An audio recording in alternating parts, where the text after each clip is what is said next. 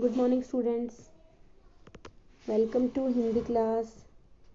बेटा आज हम पहले सूर के पद के 3 पैराग्राफ हम पिछली कक्षा में कर चुके हैं।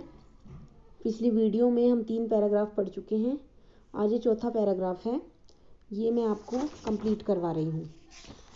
ठीक है बेटा, अब यहाँ पर ये पैराग्राफ स्टार्ट होता है। ये सूरदास जी के द्वारा लिखा गया है, भ्रमर गीत से लिया गया है ये पद। और इसमें लिखा गया कि हरि है राजनीति पढ़ आए, समुझी बात कहत मधुकर के, समाचार सब पाए। इक अति चतुर हुते पहिले ही, अब गुरु ग्रंथ पढ़ाए। इसका मतलब है, इस पद में उद्धव को भ्रमर बताते हुए गोपियां कहती हैं कि अब श्री कृष्ण जी ने राजनीति सीख ली है, कि श्री कृष्ण राजनीति पढ़ आए हैं, उन्होंने राजनीति करना सीख लिया है।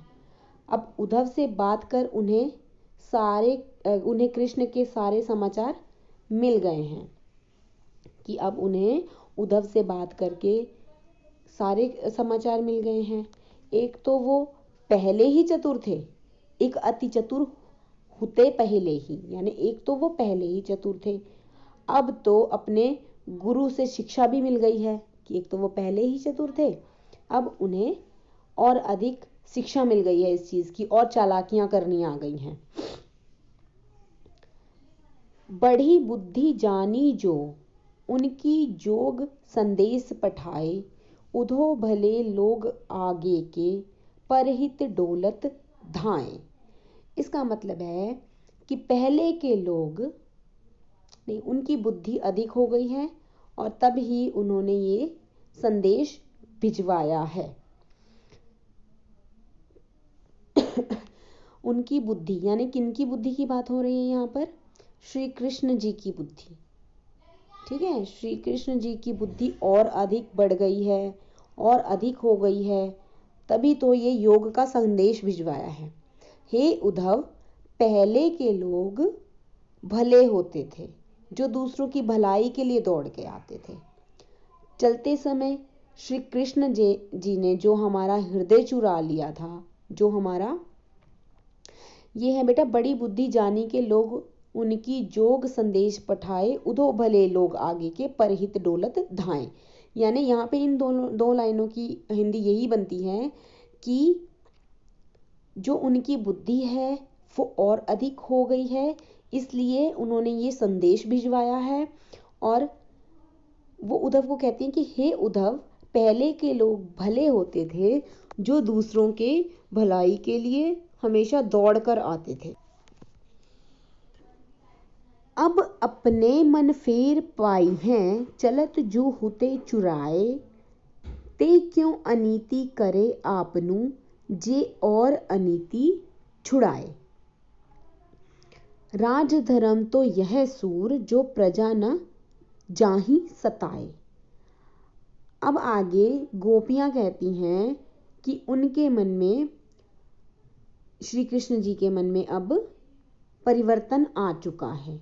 वे स्वयं अन्याय कर रहे हैं, वे अन्याय कर रहे हैं, जो दूसरों को छोड़कर चले गए। चलते समय श्री कृष्ण जी हमारा हृदय चुरा कर ले गए, है ना, और हमारा अब उनके बिना मन में बदलाव आ गया है, उनके बिना हमारा मन नहीं लगता।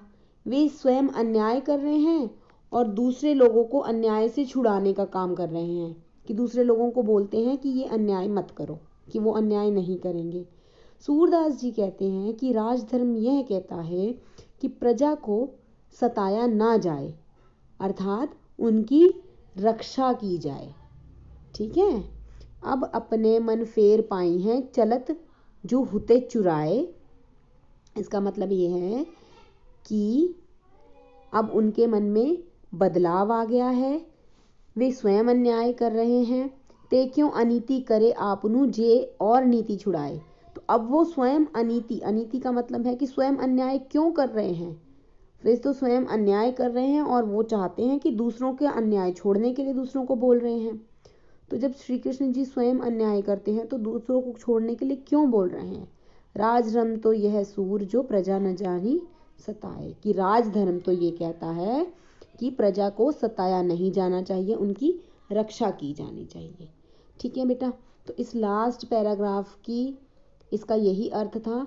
अब आगे जो ये लास्ट पैराग्राफ आपने पढ़ा है, इसका भाव सौंदर्य क्या बनता है?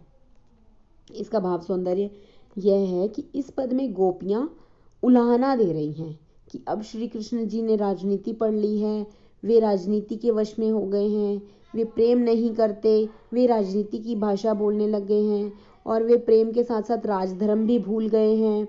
उन्हें तो गोपियों की रक्षा करनी चाहिए, पर वे उनके साथ अन्याय कर रहे हैं। तो इस तरह से गोपियां उद्धव को उलाहना देती हुई कह रही हैं। तो बेटा ये पैराग्राफ यहाँ पे ख़त्म हो गया। आगे हम इसके क्वेश्चन आंसर्स अपनी ऑनलाइन क्लास में करेंगे। ठीक है बेटा, धन्यवाद।